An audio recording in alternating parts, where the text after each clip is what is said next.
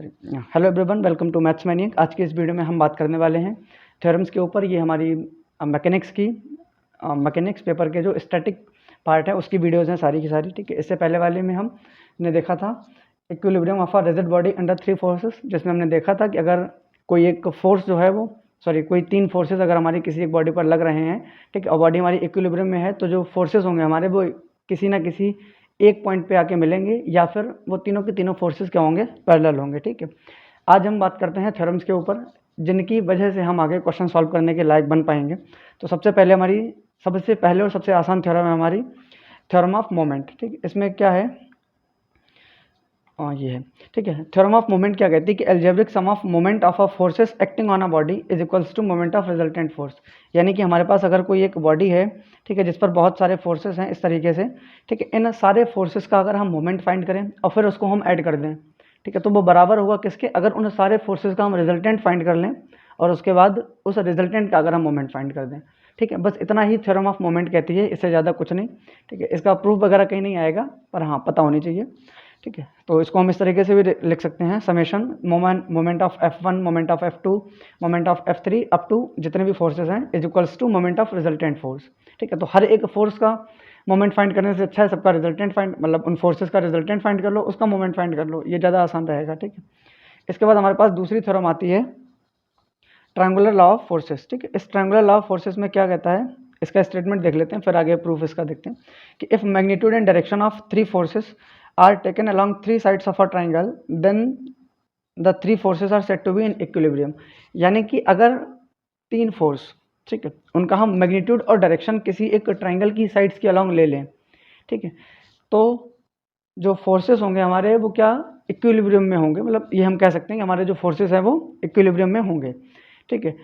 दूसरा इसका कन्वर्स भी ट्रू है, अगर कोई 3 फोर्सेस हमारे इक्विलिब्रियम में हैं, इक्विलिब्रियम की कंडीशन में है, तो हम उन तीनों फोर्सेस को किसी ट्राइंगल की साइड्स के अलॉन्ग ले सकते हैं, ठीक है। मतलब अलग अलग चीज़ें बोले ना हमने, हाँ, ठीक है। पहला तो है कि अगर हम किसी, मतलब कोई हमारे पास 3 फोर्स हैं, ठीक है, अगर हम उनको किसी ट्राइंगल की साइड के अलॉन्ग ले लेंगे, उनके मैग्नीट्यूड और डायरेक्शन को किसी ट्राइंगल की साइड्स के अलॉन्ग हम ले लेंगे, तो वो तीनों फोर्सेस क्या कहलाएंगे कि वो इक्विलिब्रियम कंडीशन में है, ठीक है। अगर इसका उल्टा, यानी कि अगर कोई 3 फोर्स इक्विलिब्रियम में है, तो हम उनको किसी ट्राइंगल की साइड के अलॉन्ग हम उनके मैग्नीट्यूड और डायरेक्शन को शो कर सकते हैं, ठीक है।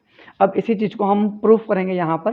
तो मान लेते हैं हमारे पास ये एक ट्राइंगल है ABC, ठीक है, और 3 फोर्सेस हैं हमारे पास P, Q और R। ये तीनों फोर्स जो है वो ट्राइंगल की AB, BC और CA साइड के अलॉन्ग लग रहे हैं, ठीक है। अब इसका हम देखते हैं प्रूफ कैसे करेंगे,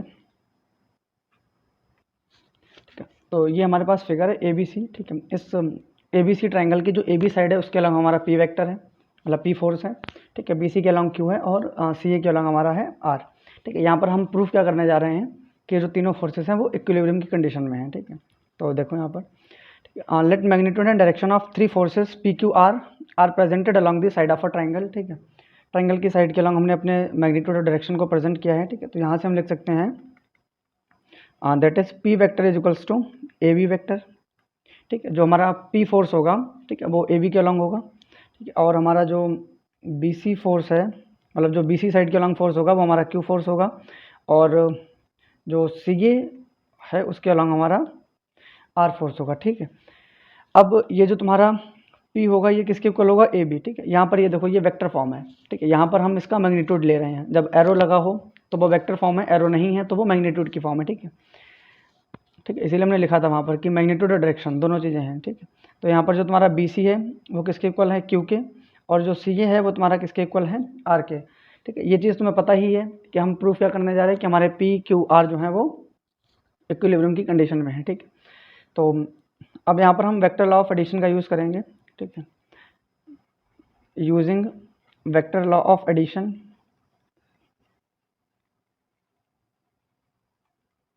using vector law of addition. Vector law of addition क्या कहता है, यहाँ पर देखो, जैसे कि अगर ये हमारा एक ट्राइंगल है, ठीक है, ये है तुम्हारे पास A, ये है B, ये है C, ठीक है, इस तरीके से। तो जो हमारा वेक्टर लॉ ऑफ एडिशन है उसके अकॉर्डिंग AB प्लस BC किसके इक्वल होगा, AC, ठीक है। वेक्टर एडिशन हो जाएगा, वो क्या हो गया, A B vector plus B C vector is equals to A C vector, ठीक है। क्योंकि ये वेक्टर है, ठीक है, तो इसमें डायरेक्शन का बहुत ज़्यादा रोल होता है, ठीक है, बहुत ज़्यादा इंपॉर्टेंस होती है, एक तरीके से हम कह सकते हैं, ठीक है। तो अगर हम इस ए सी वेक्टर जो कि अभी इस डायरेक्शन में है, अगर हम इसकी डायरेक्शन चेंज करेंगे तो साइन एक नेगेटिव का आ जाएगा, ठीक है। तो यहाँ पर हमने इसकी डायरेक्शन चेंज कर दी, ठीक है। अब हम इसको इस तरीके से लिख सकते हैं, A B plus B C plus C A is equals to 0, यानी कि इसको हमने इधर ट्रांसफर कर दिया, ठीक है। ए बी बी सी सी ए ये किसके इक्वल हैं, जस्ट अभी हम लिख के आ रहे हैं पी क्यू आर के। तो इनको हम vector P vector Q plus vector R से हम रिप्रेजेंट कर सकते हैं, ठीक है। अच्छा, ये पी क्यू आर वेक्टर का जो सम है ये किसके इक्वल है, ये क्या रिप्रेजेंट कर रहा है, रिजल्टेंट किसका, पी क्यू आर का।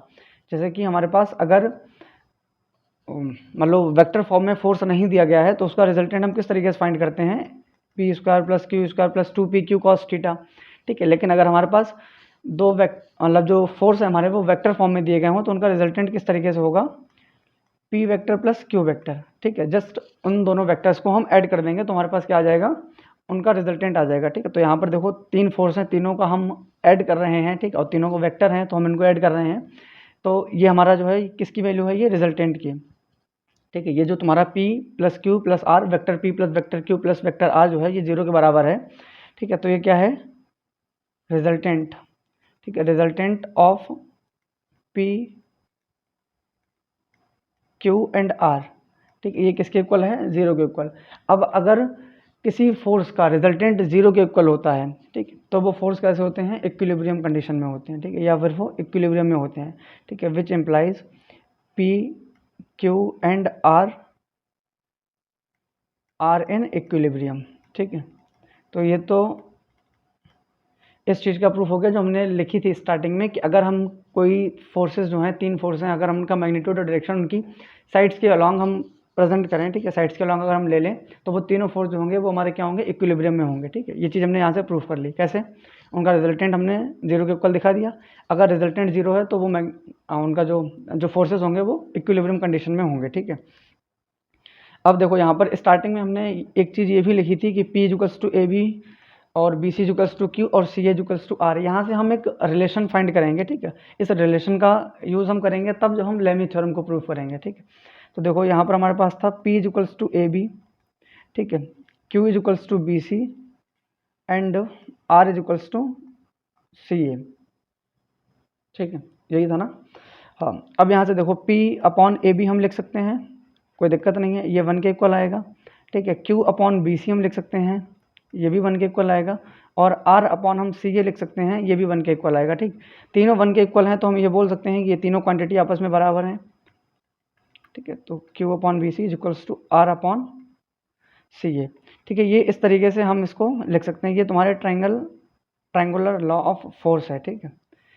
ट्रायंगुलर लॉ ऑफ फोर्स का एक स्टेटमेंट है, इसको भी हम ध्यान रखेंगे, ठीक है।